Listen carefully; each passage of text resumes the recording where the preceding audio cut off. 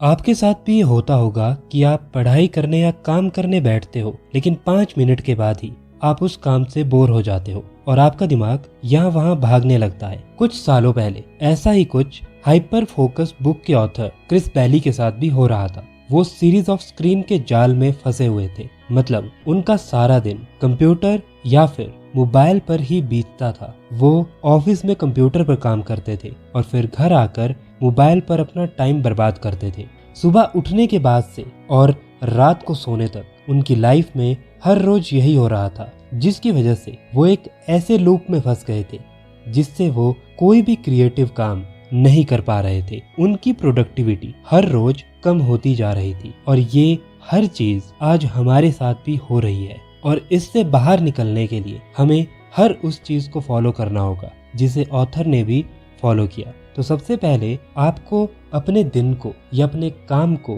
Simplify करना होगा। कहने का मतलब ये है कि आप दिन में बहुत सारे काम करते हो और वो सारे काम आप अनअवेयर होकर कर रहे हो। आपका दिमाग 70% टाइम एक दिन में ऑटो पायलट मोड में होता है। आप ये नोटिस करना, जब भी आप शॉर्ट्स देखते हो, रील्स देखते हो, तो आपको पता ही नहीं चलता कि कितनी जल्दी टाइम बीत जाता है।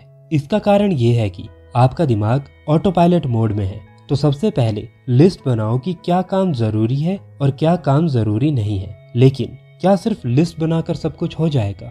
नहीं, पर इस लिस्ट से आपको ये जरूर पता चल जाएगा कि आप दिन में कहां पर अपना टाइम वेस्ट कर रहे हो। लेकिन अब सवाल ये है कि हमारा दिमाग ऑटो पायलट मोड में क्यों है और हमारा फोकस हर रोज कम क्यों होता जा रहा है? इसका सबसे बड़ा कारण है कि हमारा दिमाग एडिक्टेड हो गया है। हमारे दिमाग को कम टाइम में ज्यादा रिजल्ट और ज्यादा प्लेजर की आदत लग चुकी है।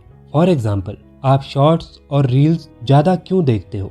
क्योंकि हर सेकंड आपको कुछ नई चीज देखने को मिल रही है और इस वजह से जब आप काम या पढ़ाई करने बैठते हो तो आपका दिमाग चाहता है कि हर थोड़ी देर में आपको कुछ नया और इंटरेस्टिंग देखने को मिले। लेकिन पहले लोग ऐसे नहीं थे, क्योंकि अगर उनका मन कुछ नया करने का करता था तो वो बुक्स पढ़ते थे, न्यूज़पेपर पढ़ते थे और फिर बाहर नेचर में घूमने जाते थे। और उनकी लाइफ में बहुत ज्यादा फिजिकल एक्टिविटी भी इंक्लूड थी, जिसकी वजह से उन लोगों का फोकस और अटेंशन स्पैन बहुत ज्यादा था। लेकिन अब धीरे धीरे लोगों का अटेंशन स्पैन कम होता जा रहा है, क्योंकि लोग अब शॉर्ट फॉर्म कंटेंट ज्यादा कंज्यूम कर रहे हैं। लेकिन अब सवाल ये है कि आप इससे बाहर कैसे निकल सकते हो?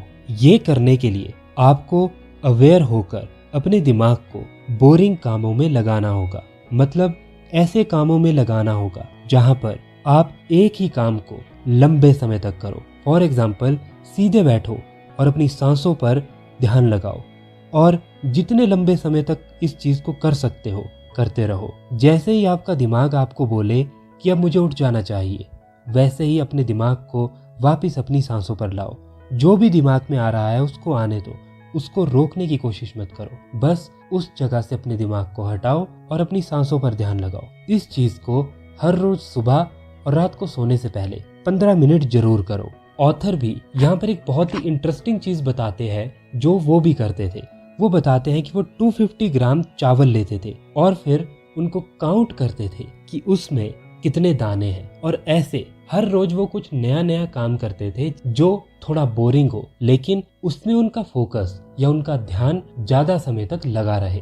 इसी तरह से ऑथर बीच बीच में लंबी और बड़ी बड़ी बुक्स पढ़ते थे, चाहे वो कितनी भी बोर हो जाए, लेकिन वो उसको पढ़ते थे। क्योंकि पॉइंट ये है कि आपको अपने दिमाग को फोर्स करना है किसी चीज पर ज्यादा से ज्यादा टाइम बिताने के लिए। जब ऑथर ने ये करना शुरू किया तो 1 या 2 महीने के बाद उन्होंने ये नोटिस किया कि उनका अटेंशन स्पैन बढ़ गया है। मतलब अब वो ज्यादा देर तक अपने काम पर ध्यान दे पाते हैं और उनकी क्रिएटिविटी भी बढ़ गई है। ये एक चीज थी जो ऑथर बताते हैं। ऐसी और भी बहुत सारी बातें हैं, जैसे कि एक प्रॉपर नींद लेना। एक अच्छी नींद का मतलब होता है आप हर रोज 7 या 8 घंटे की नींद लो और फिक्स टाइम पर सो जाओ और फिक्स टाइम पर उठो। ये चीज करने से दिमाग का अटेंशन स्पेस बढ़ेगा। ये चीज समझाने के लिए ऑथर कंप्यूटर का एग्जाम्पल देते हैं। जिस तरह से कंप्यूटर की रैम में कम स्पेस होने पर कंप्यूटर अच्छे से काम नहीं कर पाता, उसी तरह दिमाग भी कम अटेंशन स्पेस होने पर ज्यादा फोकस नहीं कर पाता। इसलिए अटेंशन स्पेस बढ़ाने का एक तरीका है कि आप अच्छी नींद लो और दूसरा तरीका है कि आप art of doing nothing formula को फॉलो करो। मतलब जिस तरह से ये जरूरी है कि आप फोकस्ड होकर अपना काम करो, आप क्रिएटिव होकर अपने काम को करते रहो, उसी तरह से ये भी जरूरी है कि कभी कभी आप फ्री रहो, आप अपनी क्रिएटिविटी को कम यूज करो। फॉर एग्जाम्पल, हर रोज कुछ टाइम वॉक करना, अपने रूम की चीजों को ठीक करना और ट्राई करो कि इस टाइम पर आप अपना मोबाइल बिल्कुल यूज ना करो। ऑथर कहते हैं कि वो जब भी अपनी फैमिली के साथ टाइम स्पेंड करते हैं तो वो बस बात करते हैं, हंसी मजाक करते हैं और उस समय वो अपना मोबाइल बिल्कुल भी यूज नहीं करते। इसका फायदा क्या है? इसका फायदा ये है कि अगर आप अपने काम को कंटिन्यू करते जाते हो तो आपका दिमाग धीरे धीरे आइडियाज जनरेट करना कम कर देता है।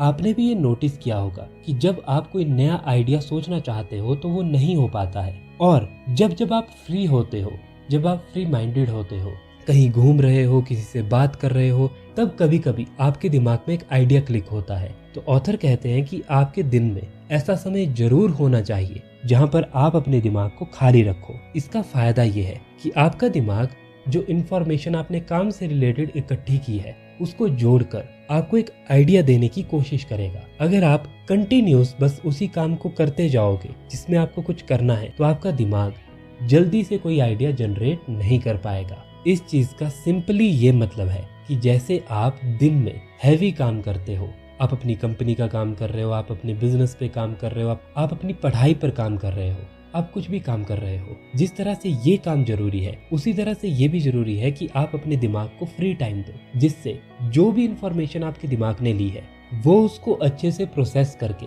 आपको एक अच्छा आइडिया दे सके। अब जो लास्ट चीज आपको समझनी होगी वो है डिस्ट्रैक्शन को दूर करना। लेकिन ये करने के लिए आपको ये समझना होगा कि डिस्ट्रैक्शन दो तरह की होती है। नंबर 1 अनकंट्रोल्ड डिस्ट्रैक्शन और number 2 controlled distraction. Uncontrolled distraction मतलब जहाँ पर आप कुछ भी कंट्रोल नहीं कर सकते। फॉर एग्जाम्पल, आपके ऑफिस में लोग जोर जोर से बात कर रहे हैं, आपके आसपास लोग जोर जोर से बात कर रहे हैं, कुछ लोग आपकी बुराई कर रहे हैं, आप उन लोगों को कंट्रोल नहीं कर सकते। और ऐसी बहुत सारी अनकंट्रोल्ड डिस्ट्रैक्शन आपके आसपास जरूर होती है, तो उनको कंट्रोल करने की कोशिश मत कीजिए। बस अपने आप को अंदर से इतना स्ट्रांग बनाइए कि वो डिस्ट्रैक्शन आपके ऊपर असर ही ना डाले। दूसरी चीज होती है कंट्रोल्ड डिस्ट्रैक्शन, और इन चीजों को आप दूर कर सकते हो। फॉर एग्जाम्पल, बहुत ज्यादा मोबाइल यूज करना, रील्स देखना, शॉर्ट्स देखना और फालतू की चीजों में अपना टाइम वेस्ट करना। अब इन चीजों को आप अवेयर होकर कम कर सकते हो। एकदम से अगर आप इनको छोड़ने की कोशिश करोगे तो आप ये नहीं कर पाओगे। कोशिश ये करो कि एक फिक्स टाइम कर लो कि हर रोज मैं 1 घंटे इस टाइम पर सोशल मीडिया यूज करूंगा, उसके बाद उसको छोड़ दो। इसको धीरे धीरे आपको कम करना होगा, फिर आपको अच्छे रिजल्ट देखने को मिलेंगे। तो इस तरह से आप अपनी डिस्ट्रैक्शन को दूर कर सकते हो। याद रखो कि पहले एक लिस्ट बनाओ कि आपकी क्या क्या डिस्ट्रैक्शन है, उसके बाद उनको डिवाइड करो कि ठीक है, इस चीज को मैं कंट्रोल कर सकता हूँ, इस चीज को मैं कंट्रोल नहीं कर सकता। अब जिस चीज को आप कंट्रोल नहीं कर सकते उसके बारे में सोचना छोड़ दो, लेकिन जिस चीज को आप कंट्रोल कर सकते हो उसके बारे में आपको कुछ ना कुछ करना होगा। तो ये थी हाइपर फोकस बुक की समरी। अगर आपने इस बुक को पढ़ा है, इस बुक को समझा है, तो मुझे भी बताइए आपने इस बुक से क्या सीखा है। कमेंट जरूर करना, वीडियो को लाइक और चैनल को सब्सक्राइब करना बिल्कुल मत भूलना।